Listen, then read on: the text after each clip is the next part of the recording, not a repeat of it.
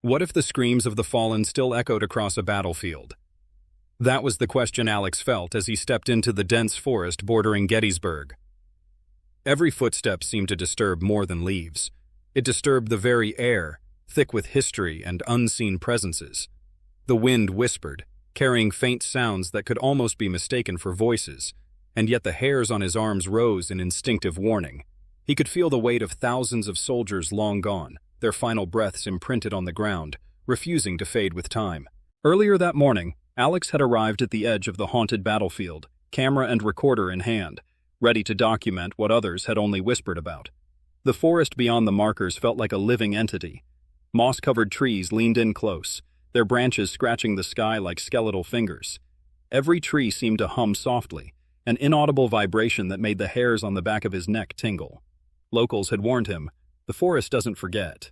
As he ventured deeper, he noticed small details that didn't match any ordinary woodland.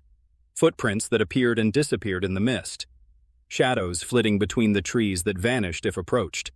And above all, a faint, suffocating silence, broken only by whispers that seemed to come from every direction at once. Alex tried to rationalize it. Wind, animals, imagination. But deep down, he felt the forest itself was alive with memory.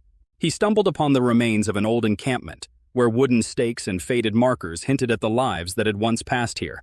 Among them, tiny personal effects peeked from the undergrowth. A button, a fragment of cloth, a rusty belt buckle. It was as if the battlefield had preserved these objects, holding on to fragments of memory long after their owners were gone. Alex bent to examine them and felt a sudden cold rush through his spine, as if unseen eyes were watching. Suddenly a whisper pierced the quiet. "Help. Us." Alex spun, but the forest was empty. His recorder had picked up nothing, yet the words echoed in his mind, a faint yet unmistakable plea from beyond. He froze, unsure whether to move forward or retreat. Then came another voice, closer, urgent, almost a growl. "Do not linger." His breath quickened. The mist swirled unnaturally, forming vague shapes that seemed almost human. The forest was not just haunted, it reacted to his presence. Determined to document the phenomena, Alex continued, camera rolling. The further he walked, the more oppressive the air became. He felt drawn toward a clearing where sunlight barely penetrated the dense canopy. There he noticed outlines of soldiers, barely visible, as if made of shadow and fog. They moved silently, their eyes empty, faces pale with sorrow. Some seemed to reenact moments of their final battle, a soldier falling, another screaming, all in slow motion, repeating endlessly. Alex stepped closer to the spectral figures, heart pounding. He could see the blood on uniforms, frozen in time, the anguish in their faces, the weight of history pressing down upon him. The whispers grew louder, forming fragmented words. "Don't leave. Don't leave us." His recorder captured only static, yet the sensation of hearing was immediate and real, as though the forest itself was speaking. Time began to distort. Alex glanced at his watch. Minutes passed like seconds, and then stretched into eternity. The clearing seemed to expand and contract, the spectral soldiers fading and reappearing with each heartbeat. Shadows danced unnaturally across the trunks of the trees, twisting into forms he couldn't identify. He realized that stepping here was not just walking into a forest. He had entered a zone where time itself had fractured, held captive by grief and memory. As dusk fell, the whispers intensified, blending into a chorus of desperate voices. Alex stumbled back toward the edge of the clearing, realizing he had ventured too far. The spectral soldiers began moving toward him, not threatening but insistent, their hollow eyes fixed on him.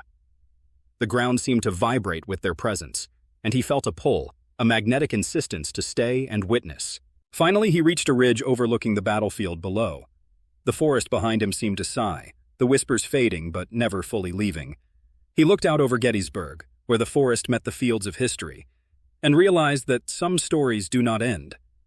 The echoes of pain, courage, and loss lingered, waiting to be heard by anyone willing to step into the whispering forest where time stands still. Alex shivered, not just from the cold, but from the sense that he had witnessed a fragment of eternity itself, and that this forest, these soldiers, would never truly let him go. The forest was alive in ways Alex could not comprehend.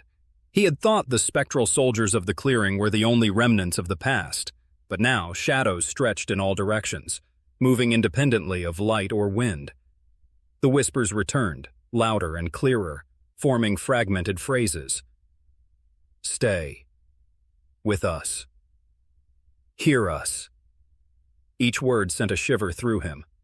The mist thickened, swirling at ankle height, and the very ground beneath his feet seemed to pulse in rhythm with the voices. Earlier that evening, he had set up his camera at the ridge, intending to capture the forest's eerie stillness. But as he adjusted the lens, he realized it was impossible to frame the scene. Spectral shapes moved into view and out before he could focus.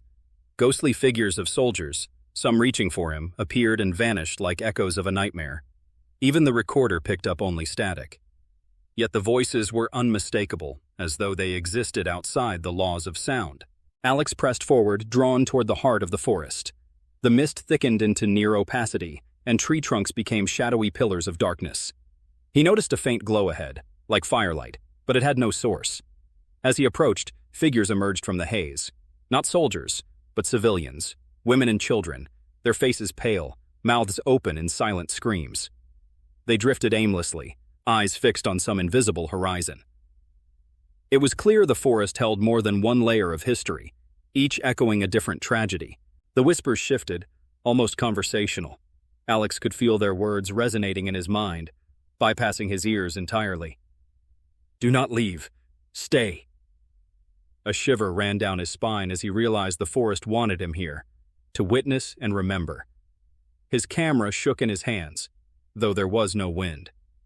The figures approached slowly, a silent procession, each step timed with his heartbeat. The further he walked, the more he understood that this was not merely haunting. It was a demand, a pulling force he could not resist. Hours seemed to stretch unnaturally. Alex stumbled upon a shallow ravine filled with skeletal remains. Not just soldiers, but animals and unknown figures, all arranged as if part of some ritual.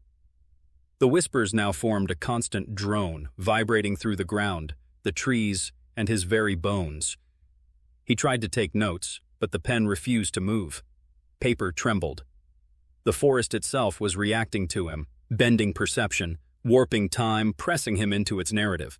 Suddenly, a figure separated from the others. A man in a tattered uniform, face burned into Alex's mind with anguish and sorrow.